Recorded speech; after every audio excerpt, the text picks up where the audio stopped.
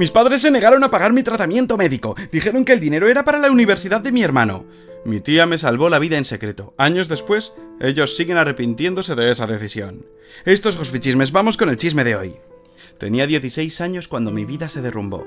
Vivía con mis padres y mi hermano mayor, Tomás, en una casa normal, en un barrio tranquilo. Mis padres siempre estaban ocupados. Mi papá en una oficina, mi mamá en una tienda. Tomás, con 18 años, era el orgullo de la familia, a punto de entrar en la universidad. Yo, el menor, siempre fui el que debía arreglársela solo. Nunca pensé que eso significaría dejarme tirado cuando mi vida estaba en juego. Todo empezó con un dolor en el pecho. Creí que era por jugar al fútbol en la escuela. Me gustaba, aunque no era el mejor, y a veces me esforzaba de más. Pero el dolor no se iba. Era como si algo apretara el corazón. A veces me mareaba y no podía respirar bien. Lo ignoré, porque ¿quién va al médico a los 16 por un dolor? Pero una noche, mientras hacía la tarea, el dolor me tumbó. Caí al suelo, sin aire. Mis padres estaban viendo la tele, y mi madre corrió al oírme. «Lucas, ¿qué te pasa?», preguntó asustada. «Me duele el pecho», dije, con la voz entrecortada. Mi padre llegó molesto. «Seguro que es cansancio, duerme y ya». No estaba bien, el dolor seguía, y mi madre me llevó al centro de salud. El médico dijo que podía ser estrés, pero mi madre insistió en hacer estudios. Ahí empezó todo.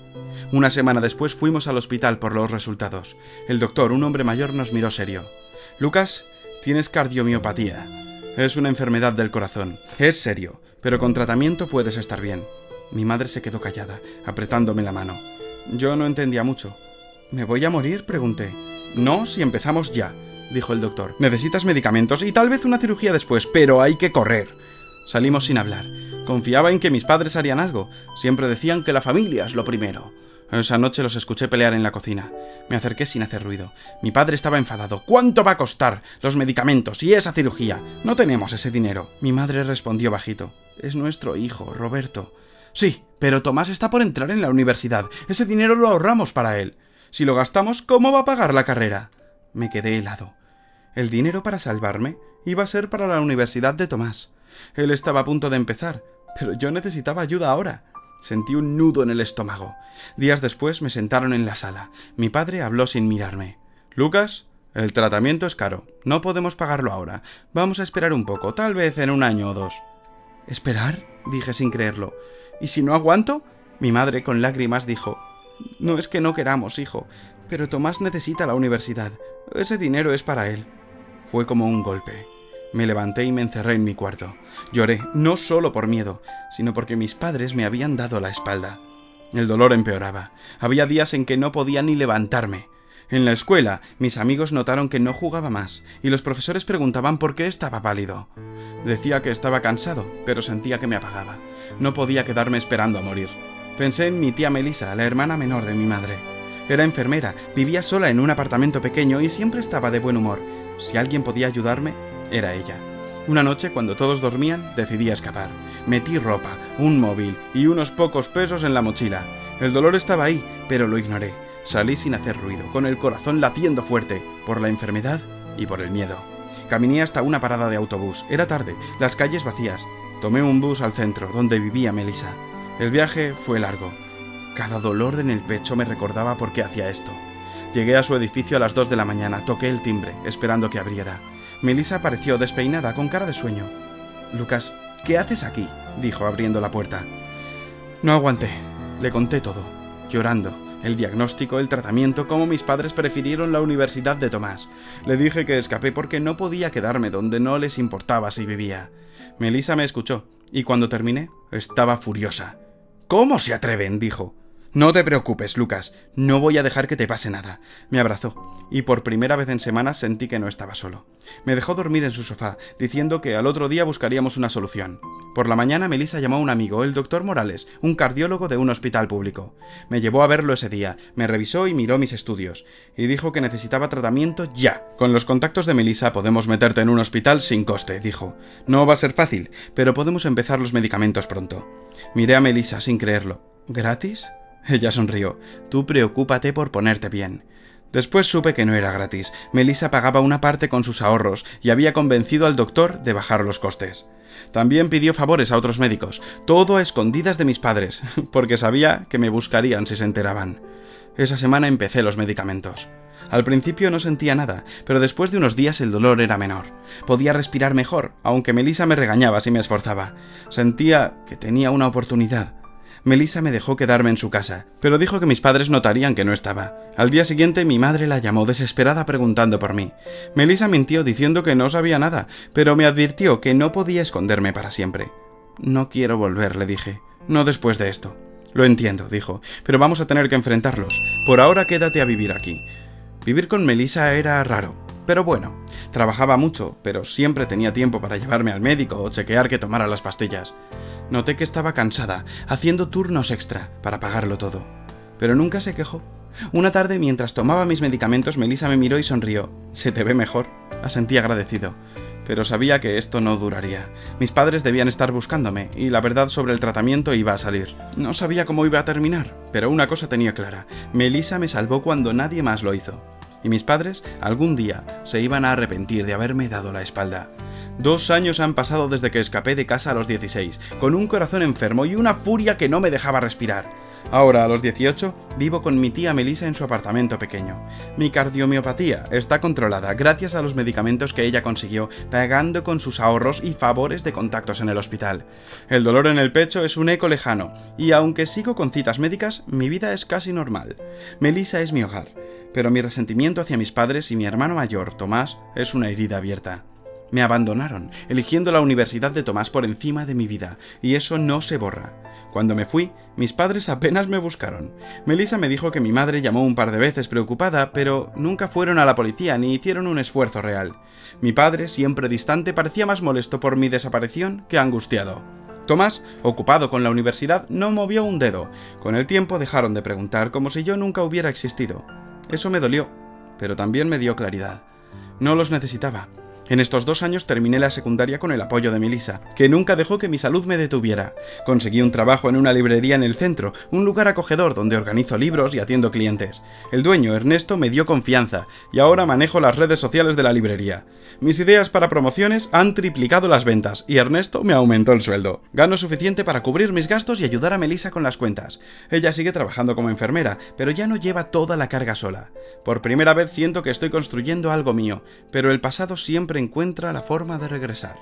Una noche, mientras revisaba las redes de la librería, vi una foto que me hizo apretar los dientes. Mis padres, sonriendo en un evento, celebraban la apertura de una nueva sucursal de su cadena de tiendas de ropa. Hace años mi padre dejó su trabajo de oficina y con mi madre empezó este negocio. Les iba de maravilla, gracias a inversionistas que creían en su fachada de familia ejemplar. Verlos tan felices como si no hubieran destruido mi vida encendió algo en mí. No quería justicia, quería que pagaran. Le conté a Melissa cómo me sentía, y mientras comíamos en su cocina, ella me miró preocupada. «Lucas, entiendo tu rabia, pero la venganza puede volverse contra ti. Piénsalo bien». Tenía razón, pero la furia era más fuerte. Decidí golpear donde más les dolía, su negocio. Sabía que su principal inversionista, Ricardo Vargas, era un empresario poderoso, y era la clave de su éxito. Vargas tenía una oficina cerca de la librería, y yo iba a asegurarme de que supiera la verdad. Si destruía su imagen, su imperio se vendría abajo. El plan tomó forma rápido. En la librería conocí a una clienta, Sofía, que trabajaba para Vargas. Le conté una versión suave de mi historia, diciendo que necesitaba hablar con él por un asunto familiar urgente. Sofía, sin sospechar, me conseguía una cita. Melissa no estaba convencida. «Lucas, esto es peligroso», dijo. «Si vas por ese camino no hay vuelta atrás». «Lo sé», respondí, «pero no merecen salirse con la suya». El día de la reunión me puse mi mejor ropa y fui a la oficina de Vargas. Era un hombre intimidante, con ojos que parecían leer tu alma. Fui directo. «Señor Vargas, vengo a hablar de mis padres, los dueños de las tiendas de ropa. Hay algo que debes saber». Le conté todo. Mi diagnóstico a los 16, cómo mis padres se negaron a pagar mi tratamiento porque el dinero era para la Universidad de Tomás, cómo escapé y Melissa me salvó. Terminé con una frase que había ensayado: «Si algo no les sirve, lo tiran». Así hicieron conmigo, su propio hijo. ¿Cree que puede confiar en ellos para su dinero? Vargas no dijo mucho, solo asintió. «Esto es serio. Lo investigaré. Gracias por venir». Salí temblando, pero con una chispa de satisfacción. Había lanzado la primera piedra. En días, todo explotó. Vargas retiró su inversión, y como un dominó, todos los inversionistas lo hicieron lo mismo. Las tiendas de mis padres empezaron a cerrar. Las redes sociales de la zona se llenaron de rumores sobre los padres que abandonaron a su hijo enfermo. Familiares que antes los admiraban cortaron contacto. Hasta mi abuela, que siempre defendió a mi padre, dejó de hablarles. Su fachada perfecta se derrumbó. y yo fui el responsable. Pero la venganza trajo problemas. Una tarde, mientras trabajaba en la librería, mi madre entró. No la veía desde hacía 2 años. Estaba demacrada, con los ojos rojos. «Lucas», dijo con voz temblorosa, «te encontramos». No respondí, solo la miré. Mi padre entró detrás, con cara hundida. «Necesitamos tu ayuda», dijo sin rodeos. «El negocio quebró. No tenemos nada. Tomás tuvo que dejar la universidad porque no podemos pagarla. Estamos desesperados». Me quedé helado. Me pedían ayuda después de todo. La furia se mezcló con una extraña sensación de poder. Ellos, los que me dieron la espalda, estaban en la ruina por mi culpa. Quise gritarles que se lo merecían, pero pensé en Tomás. Él no había elegido esto. Siempre fue un buen hermano, aunque el silencio de estos años dolía. No les respondí en ese momento, les dije que lo pensaría y los eché de la librería. Esa noche hablé con Melissa. Estaba exhausta, pero me escuchó. «Lucas, lo que hiciste fue un golpe duro», dijo. «Entiendo por qué, pero ahora te toca decidir. ¿Vas a ayudar a Tomás o los vas a dejar caer del todo?» Pensé en Melissa, en cómo me salvó sin pedir nada. No quería ser como mis padres, alguien que destruye sin mirar atrás, pero tampoco quería dejar pasar lo que hicieron. Decidí ayudar a Tomás, pero no por mis padres, ellos no merecían mi compasión. Melissa usó sus contactos para conseguir una beca parcial para Tomás, dándole una chance de volver a la universidad. También conectó a mis padres con una organización que ayudaba a familias en crisis, pero dejé claro que eso era todo, no quería verlos, no quería sus gracias. Ellos no hablaron más conmigo, y yo no los busqué. Pero la historia no terminó ahí. Días después recibí un mensaje anónimo en mi teléfono. Era una amenaza, corta y clara. «Vas a pagar por lo que hiciste». No sabía si venía de mis padres, de alguien cercano a ellos, o de un ex socio furioso por la caída del negocio. Mostré el mensaje a Melissa y su cara se endureció. «Lucas, esto se ha puesto feo. Tenemos que estar atentos». La venganza me dio satisfacción, pero también abrió una puerta peligrosa. Alguien estaba detrás de mí, y no sabía quién. Mientras tanto, rumores en la ciudad decían que mis padres planeaban mudarse, tal vez para escapar de la vergüenza. Pero algo en mí sabía que esto no había terminado. Estoy en mi turno en la librería, todavía con el celular vibrando por la amenaza anónima que recibí hace días. «Vas a pagar por lo que hiciste». A los 18 pensé que tenía mi vida bajo control. Mi cardiomiopatía está estable gracias a los medicamentos que Melissa consiguió. Mi trabajo va viento en popa. Y destruir el negocio de mis padres exponiéndolos ante su inversionista, Ricardo Vargas, me dio una satisfacción amarga. Ayudé a mi hermano Tomás con una beca, pero la rabia contra mis padres sigue ahí. Ahora, con alguien amenazándome, sé que mi venganza abrió una puerta que no puedo cerrar fácil. Melissa está modo alerta. Revisó las cerraduras del apartamento y me pidió no andar solo de noche. «Lucas, esto es serio», dijo con los ojos fijos. «Quien sea que mandó este mensaje no está jugando». Intenté ignorar el miedo, pero cada sombra en la calle me ponía tenso. En la librería, Ernesto, mi jefe, notó que estaba desconcentrado. «Si tienes un problema, enfréntalo», me dijo. «El miedo crece si lo dejas». Decidí investigar. Revisé redes sociales, busqué pistas. Encontré a Javier, un exgerente de las tiendas de mis padres, despotricando contra traidores que arruinaron el negocio. Sus publicaciones eran venenosas, y algo me dijo que podía ser él. Pero no era el único. Había rumores de exempleados furiosos por la quiebra, y hasta mi hermano Tomás publicaba cosas raras, hablando de familias rotas con un tono que me daba escalofríos. Entonces llegó otro golpe. Una periodista, Clara Méndez, contactó a Melissa. Quería escribir un artículo sobre mi historia, diciendo que podía exponer las fallas de la familia. Melissa me lo contó, dudando. «Lucas, esto podría protegerte, podría poner a la gente de tu lado, pero también va a revolverlo todo». Vi una oportunidad. Si mi historia salía a la luz, las amenazas podrían parar. Acepté, pero pedí que mi nombre no apareciera. Quedamos en vernos en la librería después del cierre. La entrevista fue cruda. Conté cómo mis padres prefirieron la universidad de Tomás antes que mi tratamiento, cómo escapé, cómo Melissa me salvó. Clara anotaba sin parar. «Esto es fuerte», dijo. «No es solo tu caso, es un reflejo de prioridades torcidas». Prometió publicar en las redes sociales y me advirtió: «Prepárate para el caos», mientras seguí rastreando a Javier. Sofía, una clienta que trabajaba para Vargas, me ayudó a confirmar que ahora era guardia en un centro comercial. Decidí enfrentarlo. No era el plan más brillante, pero necesitaba saber si era él. Una noche, después del trabajo, fui a buscarlo. Lo vi vigilando una tienda, con cara de mala onda. «Javier, soy Lucas», dije directo, «el hijo de los dueños de las tiendas». Me miró sorprendido y luego frunció el ceño. «¿Qué quieres? ¿No hiciste suficiente?» «Alguien me amenaza», respondí. «Si eres tú, para ahora». Se rió seco. «No fui yo, pero no te culpo por pensarlo. Tus padres eran unos falsos. Aunque si quieres un culpable, habla con tu hermano. Está muy enfadado contigo, Tomás». No podía creerlo. De vuelta en casa revisé sus redes. Sus publicaciones eran oscuras, hablando de traiciones y de vengarse de los que lo destruyen. Mi pecho se apretó. No era la enfermedad. Mi propio hermano. El artículo de Clara salió al día siguiente, titulado El precio de la familia. No decía mi nombre, pero los detalles eran obvios. La ciudad estalló, la gente compartía el artículo, algunos exigiendo justicia, otros atacando a mis padres. Ellos, que intentaban rehacer su vida con trabajos pequeños, quedaron expuestos. Pero las amenazas no pararon.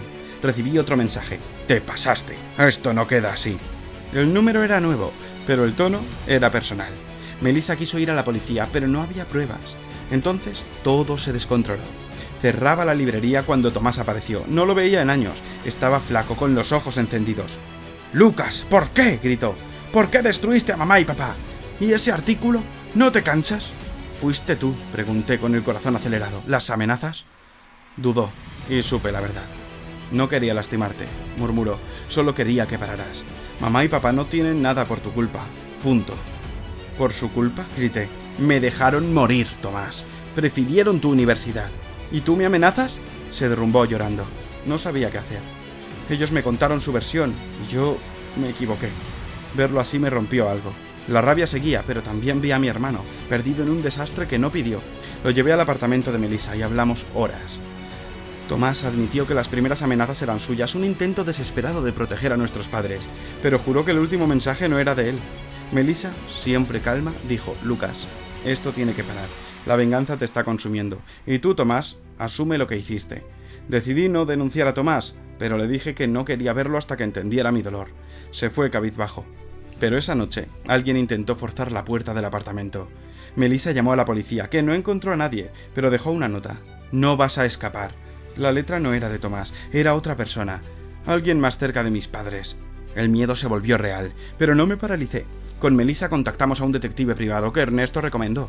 Descubrimos que Javier, el exgerente, y un ex empleado, Marcos, estaban detrás de las últimas amenazas. Querían vengarse por la quiebra, creyendo que yo era la raíz de su ruina. Clara, la periodista, ayudó a reunir pruebas, grabaciones de Javier hablando con Marcos sobre darle un susto al chico. La policía los arrestó unos días después. Con amenazas resueltas, mis padres volvieron a contactarme pidiendo ayuda para pagar deudas. No se disculparon, solo hablaron de su desesperación. Esta vez dije que no. Ayudé a Tomás porque era mi hermano, pero ellos no merecían nada. Melissa me respaldó. «Lucas, hiciste lo correcto. Ahora sigue adelante». Pero el caos no terminó. Clara recibió una oferta para convertir mi historia en un documental y me pidió participar. Dudé, pero acepté. Con una condición: usar mi voz para ayudar a otros en situaciones como la mía. El proyecto trajo atención y pronto una organización me ofreció apoyo para estudiar medicina, algo que siempre quise. Era una forma de devolver lo que Melissa hizo por mí. Pero este capítulo cierra con un giro inesperado. Mientras firmaba el contrato para el documental, Tomás me buscó. Había cambiado, estaba trabajando para pagar su universidad y quería reconstruir nuestra relación. No fue fácil, pero dimos un primer paso. Mis padres, hundidos en su propia miseria, se mudaron lejos y no los busqué. La venganza me dio justicia, pero también me mostró la verdadera fuerza que está en construir y no en destruir. Con Melissa, el documental y un futuro en medicina, estoy listo para cerrar este capítulo y escribir uno nuevo, libre del peso del pasado. ¿Pero tú qué harías en esta situación? Déjamelo en comentarios. Y no te olvides que el chisme entero está desde el día 1 en YouTube y en Spotify. Búscame como Josbichismes. Pero también subo una parte cada día en el resto de redes en formato short. No te olvides dejar tu like, suscribirte, compartirlo con tus amigos y todas esas cosas. Ahora sí, nos vemos en el próximo chisme, gentecilla. ¡Chao!